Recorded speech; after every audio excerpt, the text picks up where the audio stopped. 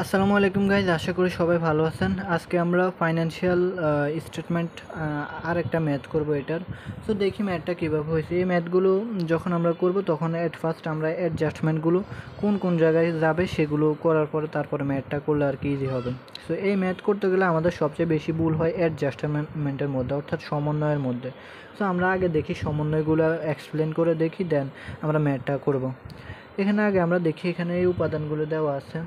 এরপরে হলো অ্যাডজাস্টমেন্ট। আচ্ছা, এগুলো আমি একবার বলে দিই। এখানে ক্যাশ দেওয়া আছে ৭১,০০০ টাকা, অ্যাকাউন্টস রিসিভেবল দেওয়া আছে ৮২,৯০০ টাকা। এরপরে অ্যাকাউন্টস পেয়েবল দেওয়া আছে ৪৮,৯০০ টাকা, ক্যাপিটাল দেওয়া আছে ৬,০০,০০০ টাকা, ড্রয়িংস দেওয়া আছে হলো ৩,৭০০ টাকা। এরপরে ফার্নিচার অ্যান্ড পিকচার্স দেওয়া আছে ২,৭০,৮০০ টাকা, ইকুইপমেন্টস দেওয়া আছে ৩,৫০,০০০ টাকা। এরপরে মার্চেন্ডাইজ ইনভেন্টরি দেওয়া আছে ১/১/২০১৬ ১,৭২,৬০০ টাকা। এটা হলো ওপেনিং ইনভেন্টরি আর কি। এরপরে পার্সেস দেওয়া আছে ২,৪৭,৮০০ টাকা, সেলস দেওয়া আছে ৫,৮৫,৬০০ টাকা। এরপরে ওয়েজেস দেওয়া আছে ৩,৭০০ টাকা, স্যালারিজ এক্সপেন্স দেওয়া আছে ১০,৪০০ টাকা, প্রিপেড রেন্ট দেওয়া আছে হলো ৮,২০০ টাকা, প্রিপেড ইন্স্যুরেন্স দেওয়া আছে ৯,১০০ টাকা, সাপ্লাইজ অন হ্যান্ড দেওয়া আছে ৪,৩০০ টাকা। এটা হলো আমাদের টোটাল যে এলিমেন্টসগুলো দেওয়া আছে আর কি ট্রায়াল ব্যালেন্সে। এখন আসি অ্যাডজাস্টমেন্টে আসি আমরা। এখানে কি আছে? এখানে ১ নাম্বার আছে এন্ডিং ইনভেন্টরি ওয়াজ ভ্যালুড এর টাকা হলো ৪১,০০০ টাকা। এখানে আমাদের এটা দেওয়া আছে মার্চেন্ডাইজ ইনভেন্টরি, এটা হলো ওপেনিং ইনভেন্টরি, এটা হলো এন্ডিং ইনভেন্টরি। এন্ডিং ইনভেন্টরি আমাদের কোন জায়গায় যাবে? এন্ডিং ইনভেন্টরি আমাদের ইনকাম স্টেটমেন্টে কস্ট অফ গুডস সোল্ড থেকে বাদ দিতে হবে। অ্যাট ফার্স্ট একটা গেল, প্রথমবার।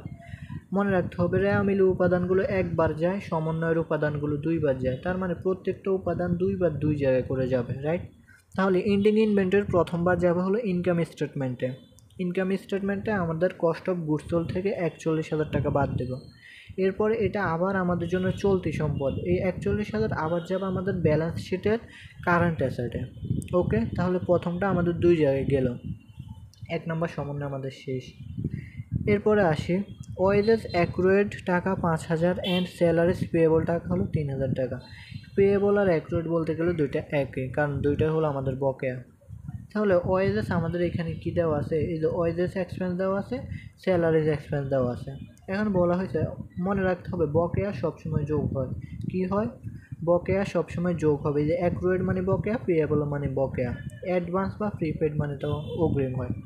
মনে রাখতে হবে অ্যাকুরেট যোগ হবে, তার মানে এটা প্রথমবার আমাদের যাবে হলো ওয়েজেস এক্সপেন্সের সাথে যোগ হবে অ্যাকুরেট ৫,০০০ টাকা। আবার এই যে স্যালারিজ এক্সপেন্স পেয়েবলের সাথে ৩,০০০ টাকা যোগ হবে। এই যে স্যালারিজ পেয়েবল ৩,০০০ টাকা স্যালারিজ এক্সপেন্সের সাথে যোগ করে দেবো কোথায়? ইনকাম স্টেটমেন্টে। প্রথমবার গেলে ইনকাম স্টেটমেন্টে, দ্বিতীয়বার এই যে অ্যাকুরেট আর পেয়েবল দুইটা হলো আমাদের দায়, দ্বিতীয়বার যাবে হলো আমাদের ব্যালেন্স শিটের কারেন্ট লাইবিলিটিতে। যেহেতু দায় অ্যাকুরেট আর পেয়েবল, কারেন্ট লাইবিলিটিতে যাবে। এরপরে ৩ নম্বরে আমাদের বলছে prepaid rent expired during the year টাকা হলো ৬,০০০ টাকা। এখন প্রিপেড রেন্ট অগ্রিম যে ভাড়াটা দিছে সেটা এক্সপায়ার্ড হয়েছে, অর্থাৎ উত্তীর্ণ হয়ে গেছে এই বছরে, সেটা উত্তীর্ণ হয়ে গেছে ৬,০০০ টাকা। তার মানে আমরা এখানে প্রিপেড রেন্ট কত দিচ্ছে? ৮,২০০ টাকা। এর মধ্যে ৬,০০০ টাকা উত্তীর্ণ হয়ে গেছে। তার মানে আমাদের এখানে ব্যালেন্স শিট নেই, ইনকাম স্টেটমেন্টে খরচ হিসাবে দেখাতে হবে ৬,০০০ টাকা। যেহেতু এটা উত্তীর্ণ হয়ে গেছে, খরচ হয়ে গেছে, সেটা ডেট শেষ। তার মানে এই ৬,০০০ টাকা আমাদের অ্যাট ফার্স্ট দেখাতে হবে ইনকাম স্টেটমেন্টের অপারেটিং এক্সপেন্সে। অপারেটিং এক্সপেন্সে দেখানো লাগবে রেন্ট এক্সপেন্স হিসেবে। এরপরে এটা আমাদের যেহেতু এরপরে দেখাতে হবে কোথায়? এরপরে দেখাতে হবে আমাদের ব্যালেন্স শিটে। ব্যালেন্স শিটে দেখাতে হবে কীভাবে? প্রিপেড রেন্ট থেকে ৮,২০০ থেকে যে এক্সপায়ার্ড হয়েছে এক্সপেন্স বা এক্সপায়ার্ড হয়েছে ৬,০০০ টাকা, সেটা বাদ দিয়ে লিখবো ব্যালেন্স শিটে। তাহলে ব্যালেন্স শিটে তখন আর কিন্তু আমাদের ৮,২০০ টাকা হবে না। কত হবে? ৬,০০০ বাদ দেওয়ার পরে ২,২০০ টাকা হবে। ঠিক একইভাবে আবার বলছে prepaid insurance expired during the year টাকা হলো ৭,৫০০ টাকা। তাহলে প্রিপেড ইন্স্যুরেন্স আমাদের এখানে কত দেওয়া আছে? ৯,১০০। কিন্তু বলা হয়েছে ইন্স্যুরেন্স এক্সপায়ার্ড মানে উত্তীর্ণ হয়ে গেছে, সময় শেষ, ৭,৫০০ টাকা। তার মানে যেহেতু এক্সপায়ার্ড হয়ে গেছে, এক্সপেন্স ধরে নিয়ে আমরা সেটাকে ইনকাম স্টেটমেন্টে অপারেটিং এক্সপেন্সে লিখব। 7,500 টাকা। আর ঠিক একইভাবে আমরা যখন ব্যালেন্স শিটে এটা ব্যবহার করব তখন প্রিপেইড ইন্স্যুরেন্স থেকে ইন্স্যুরেন্স এক্সপায়ার্ড এটা বাদ দেব 7,500 টাকা, 9,100 থেকে 7,500 টাকা বাদ দিয়ে লিখব। ওকে, এরপরে তো আমাদের প্রত্যেকটা এন্ট্রি কিন্তু দুইবার করে যাইতেছে, আর এগুলো কিন্তু একবার করে যাবে। এখন আমরা আরও দুইটা সমন্বয় দেখি এখানে আছে। 1 নম্বরে হলো 5 নম্বরে হলো সাপ্লাইজ অন হ্যান্ড এর টাকা হলো at the end of the year হলো 1300 টাকা।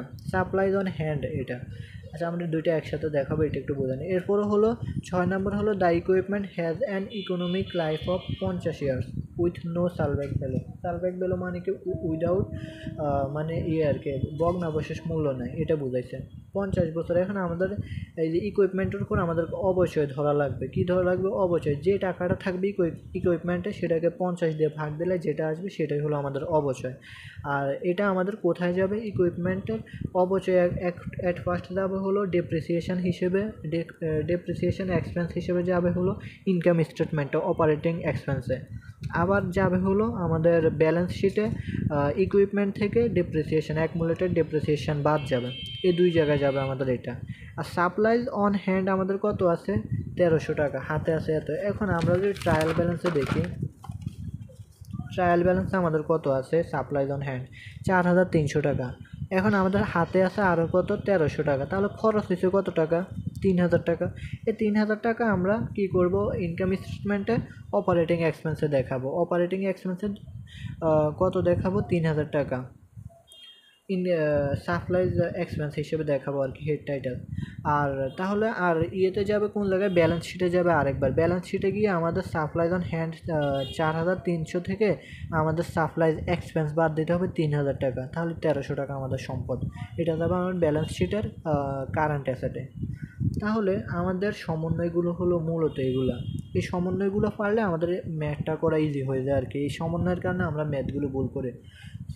সো তাই আমি প্রথমে আপনাদেরকে আগে সমন্বয়গুলো বুঝালাম, এখন আবার ম্যাথ করি। হ্যাঁ, এখন ম্যাথ করতে আমাদের ইজি হয়ে যাবে।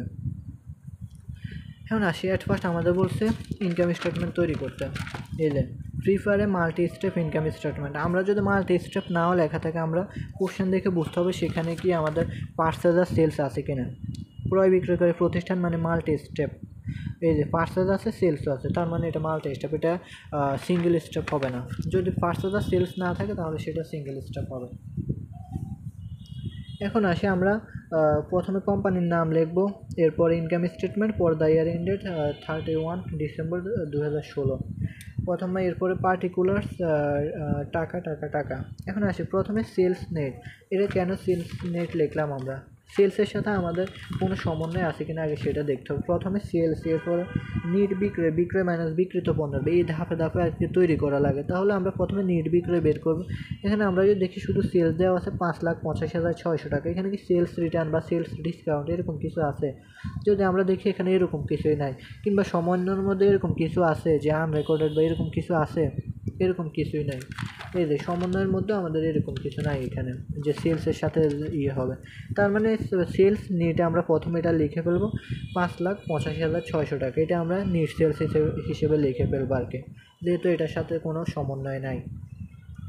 এরপরে বাদ বিক্রিত পণ্যের ব্যয় লেস করবো, less cost of goods sold. Cost of goods সোল্ডের মধ্যে কী যে আমাদের মার্চেন্ডাইজ ইনভেন্টরি যাবে, এরপরে হলো মার্চেন্ডাইজ ইনভেন্টরি যাবে, ওপেনিংটা কী যাবে, ওপেনিংটা। আমরা যদি এখন এখান থেকে দেখি আমাদের কোশ্চেনে এই যে 1/1 দেওয়া আছে, 1/1/2016, এক মানে কি বছরের প্রথমে আর কি, মাসের প্রথমে। তার মানে আমাদের যেহেতু এটা প্রথমে দেওয়া আছে, এটা ওপেনিং ইনভেন্টরি আমরা ধরবো 1,72,600 টাকা। এখন এটার সাথে যোগ করবো পার্চেস বা ক্রয়। আমরা জানি যে যখন আমরা এসএসসিতে বাংলাতে শিখছিলাম যে প্রারম্ভিক মজুদ যোগ ক্রয় মাইনাস ক্রয় ফেরত, এরকম আর কি। এখন এটা করা লাগবে। তো এখন আমরা প্রারম্ভিক মজুদ পাইছি 1,72,600, যোগ ক্রয় হলো পার্চেস হলো 2,47,800। এখন পার্চেসের সাথে আমাদের যোগ বিয়োগ আছে কিনা, রিটার্ন বা আমরা যদি দেখি কিনা রিটার্ন বা ডিসকাউন্ট কিছু আছে কিনা, তো এরকম কিছুই নেই আমাদের পার্চেসের সাথে। এখানেও আমরা যদি দেখি সমন্বয়ের মধ্যে আমাদের কিন্তু কোনো পার্সেসের সাথে কোনো কিছু নাই। তো আমরা অ্যাড পার্সেস লিখলাম 2,47,800। এরপরে ডিরেক্ট এক্সপেন্স কি আমাদের পণ্য আমদানি করতে যে সরাসরি যে খরচগুলো হয় আর কি সেগুলো। ডিরেক্ট এক্সপেন্স কোনগুলো যেমন হলো আর কি এটা কি কয় জাহাজ ভাড়া, ডক চার্জ, মজুরি, এগুলো। এখন আমাদের দেখে এখানে কি আছে, ওয়েজেস এক্সপেন্স আছে, মজুরি আছে আমাদের 3,700 টাকা মজুরি আছে। এরপরে ওয়েজেস অ্যাক্রুয়েড বকেয়া আছে কত 5,000 টাকা। তাহলে এটা আমাদের ওয়েজেসের সাথে যোগ হবে 3,700 যোগ 5,000, তাহলে কত হবে 8,700 টাকা। সো এই 8,700 টাকা আমাদের এখানে আসবে ডিরেক্ট এক্সপেন্সে, 8,700 টাকা। এই যে তখন আমরা এগুলো সবগুলো যোগ করে আসি কত 4,29,100 টাকা আসে। সো 4,29,100 থেকে এখন আমাদের ইন্ডিং ইনভেন্টরি বা সমাপনী মজুত পণ্য বিয়োগ দেওয়া লাগবে। কস্ট অফ গুডস সোল্ড থেকে আমাদের সমাপনী মজুত পণ্য বিয়োগ দেওয়া লাগবে। সমাপনী মজুত পণ্য কোথায় থাকে? অ্যাডজাস্টমেন্ট। এই যে অ্যাডজাস্টমেন্টে এখানে কত আছে বেরোর টাকা 41,000 টাকা। সো আমরা 41,000 টাকা এখান থেকে বাদ দিয়ে দেবো। তো 41,000 টাকা বাদ দিলে আমাদের আসে 3,88,100 টাকা। এখন বিক্রয় মাইনাস বিক্রিত পণ্যের ব্যয় কত আসে 3,88,100 টাকা। এটা বাদ দেবো, এটা থেকে বাদ দেওয়ার পরে আসে 1,97,500 টাকা। এটা হলো আমাদের গ্রস প্রফিট বা মোট মুনাফা। এখন আসে অপারেটিং এক্সপেন্স আমাদের আসবে কী আসবে? অপারেটিং এক্সপেন্সে কী কী আসবে আমরা যদি এখন দেখি এখান থেকে, আমরা এগুলো সমন্বয়ে বলে দিচ্ছি যে কোনটায় কোন জায়গায় যাবে। তাহলে অপারেটিং এক্সপেন্সে এখানে এগুলোর দায়, এটা হলো মালিকানা সত্ত্ব, drawings, furniture, mixer, equipments, merchandise, inventory, purchase, sales, wages expense. এই যে ওয়েজেস এক্সপেন্স যাবে 3,700 টাকা। এটার সাথে যোগ হবে কি? এটার সাথে যোগ হবে হলো আমাদের এই যে 5,000 টাকা। এরপরে না, ওয়েজেস এক্সপেন্সে যাবে না, এটা তো আমরা অলরেডি ডিরেক্ট এক্সপেন্সে লিখে ফেলছি। মনে রাখতে হবে মজুরি কিন্তু আমাদের অপারেটিং এক্সপেন্স না, এটা আমি ভুলে বলে ফেলছি। মজুরি কিন্তু আমাদের ডিরেক্ট এক্সপেন্স, এটা ক্রয়ের সাথে সম্পর্কিত, অর্থাৎ বিক্রিত পণ্যের ব্যয়ের সাথে সম্পর্কিত, নট অপারেটিং বা পরিচালন ব্যয়ের সাথে। এটা কিন্তু পরিচালন ব্যয় যাবে না, তো এটা বাদ, এটা আমরা একবার লিখে ফেলছি। তাহলে স্যালারিজ এক্সপেন্স আছে, এই যে স্যালারিজ এক্সপেন্স হলো 10,400 টাকা। এটার সাথে যোগ হবে কত? অ্যাক্রুয়েড বা বকেয়া পেয়েবল হবে 3,000 টাকা। তাহলে আমাদের 10,400 আর 3,000 হলো 13,400 টাকা। 13,400 টাকা স্যালারি এক্সপেন্স হবে। এরপরে হলো আমাদের আর কি যাবে? Prepaid insurance. এখানে আমাদের যদি দেখি প্রিপেড র্যান্ট দেওয়া আছে এক্সপায়ার্ড। এই যে র্যান্ট এক্সপায়ার্ড হলো 6,000 টাকা, এটা আমাদের জন্য ব্যয়। সো এটা আমরা অপারেটিং এক্সপেন্সে লিখবো। এরপরে ইন্স্যুরেন্স এক্সপায়ার্ড, এটা হলো আমাদের জন্য একটা ব্যয়, তার মানে এটাও আমরা লিখবো ইয়ের মধ্যে অপারেটিং এক্সপেন্সে 7,500 টাকা। এরপরে সাপ্লাইজ অন হ্যান্ড এখানে আছে কত? 4,300 টাকা। এরপরে সাপ্লাইজ অন হ্যান্ড আমাদের নতুন করে আছে হলো 1,300 টাকা। সো তাহলে আমাদের খরচ হয়েছে কত? 3,000 টাকায়। তাহলে এখানে সাপ্লাইজ এক্সপেন্স হবে আমাদের 3,000 টাকা। এরপরে ইকুইপমেন্টের অবচয়, অর্থাৎ স্থায়ী সম্পদ যন্ত্রপাতির অবচয়, আমরা যে 3 লাখ কত দেওয়া আছে এটা অবচয় বের করবো আর কি। যদি এখানে দেখি ইকুইপমেন্ট দেওয়া আছে 3,50,000 টাকা, এটাকে 50 দিয়ে ভাগ করলে যেটা আসবে সেটা হলো ডেপ্রিসিয়েশন এক্সপেন্স। এটাও আমাদের ইয়েতে যাবে, অপারেটিং এক্সপেন্সে যাবে। তো এখন আমরা দেখি এই যে অপারেটিং এক্সপেন্স, প্রথমে স্যালারিতে এক্সপেন্স দিলাম 10,400 টাকা। এরপরে যোগ স্যালারিজ পেয়েবল 3,000, 13,400 টাকা। রেন্ট এক্সপেন্স 6,000 টাকা সমন্বয় থেকে। ইন্স্যুরেন্স এক্সপেন্স 7,500 টাকা সমন্বয় থেকে। সাপ্লাইজ এক্সপেন্স 3,000 টাকা সমন্বয় থেকে বের করছে। এরপরে ডেপ্রিসিয়েশন এক্সপেন্স এই যে 3,50,000 ভাগ 50 দিলে 7,000 টাকা আসে।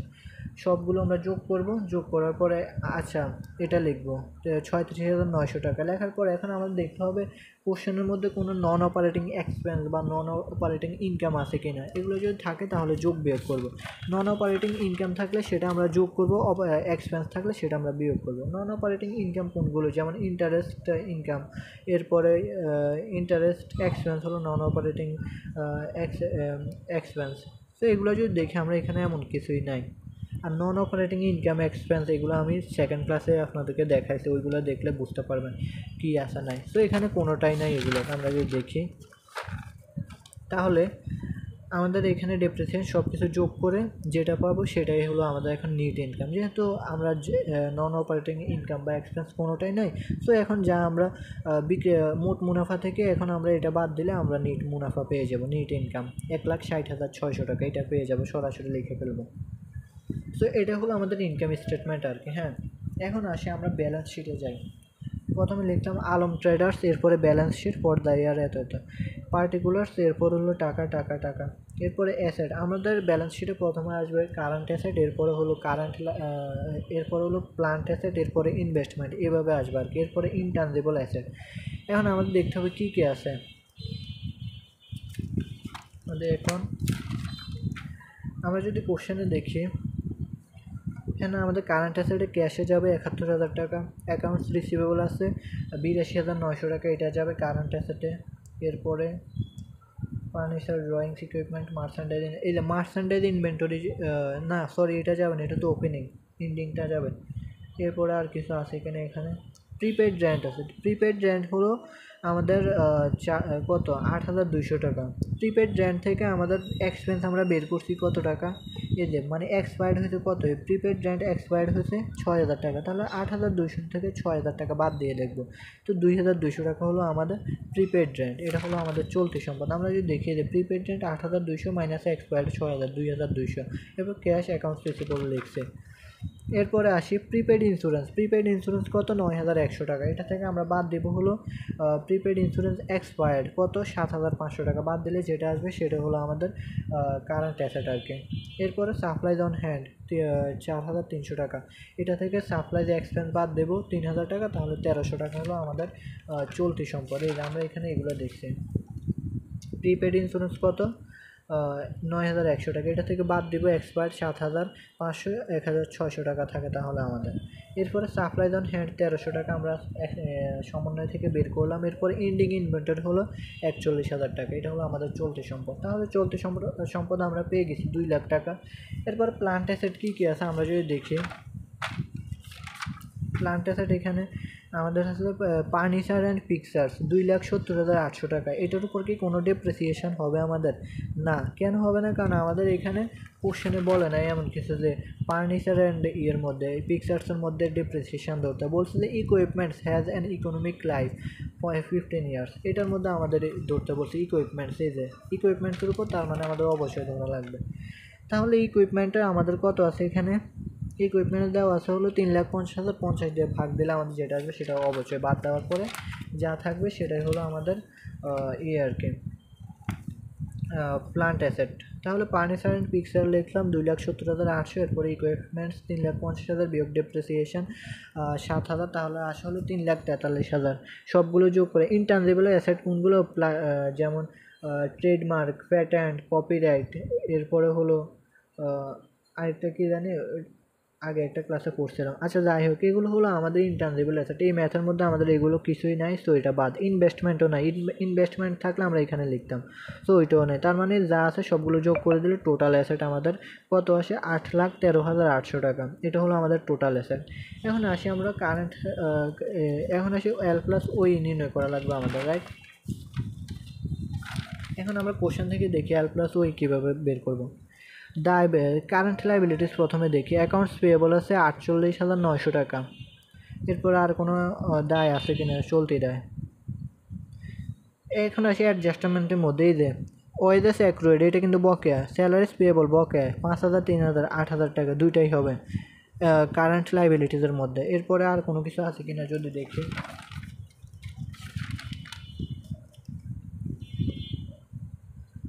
আর কোনো নাই আমাদের। তাহলে কারেন্ট লাইবিলিটিস আমাদের কত আমরা পাইছি, এই যে অ্যাকাউন্টস পেয়েবল 48,900, স্যালারিস পেয়েবল 3,000 টাকা, ওয়েজেস অ্যাক্রুয়েড হলো 3,000 টাকা, 5,000 টাকা, তাহলে টোটাল আসে 56,900 টাকা। এটা হলো কারেন্ট লাইবিলিটিস। এখন আসি লং টার্ম লাইবিলিটিস, আমাদের এটাতে নাই, ওই নির্ণয় করবো এখন আমরা। ওই কীভাবে নির্ণয় করবো, আমরা যদি দেখি এখানে লং টার্ম লাইবিলিটিস কোনো বন্ড পেয়েবল বা এমন কোনো কিছু আছে কিনা, বা এত পার্সেন্ট নোটস পেয়েবল, এত ডেট এরকম আছে কিনা, নাই। সো লং টাইম নাই। এখন আমাদের দেখতে হবে ওই বের করা লাগবে, ওই মধ্যে ক্যাপিটাল আসবে, ক্যাপিটাল কই এখানে আছে কিনা দেখতে হবে আগে। এই যে ক্যাপিটাল আছে 6 লাখ টাকা, তো ক্যাপিটালের সাথে আমাদের যোগ হবে নেট ইনকাম, বাদ হবে ড্রয়িংস এখানে আছে কিনা যদি দেখি, ড্রয়িংস আছে হলো আমাদের 3,700 টাকা, তাহলে ক্যাপিটালের থেকে এটা মাইনাস হবে আর হলো ইনকাম অর্থাৎ নেট ইনকাম যোগ হবে। নেট ইনকাম আমরা কত পাইছি, 1,60,600, এটা যোগ করবো আর ড্রয়িংস আমরা বাদ দেবো।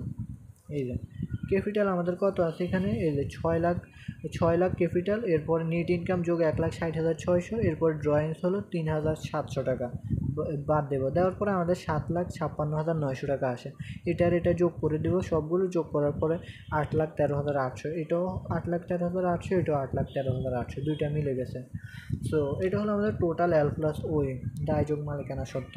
সো এটা হলো আমাদের ইনকাম স্টেটমেন্ট আর ব্যালেন্স শিট দুইটাই তৈরি করছে। তো এই ম্যাথগুলা আসলে বেশিরভাগ সমস্যা আমাদের ইয়েতে আমরা নির্ণয় করতে পারি না, হলো আর কি অ্যাডজাস্টমেন্টগুলো, সমন্বয়গুলো নির্ণয় করতে পারি না, যার কারণে আমরা এই ম্যাথগুলোকে অনেক বেশি কঠিন মনে করি। তো আমরা সমন্বয়গুলো ভালোভাবে শিখলে এই ম্যাথগুলো আমাদের কাছে ইজি হয়ে যাবে।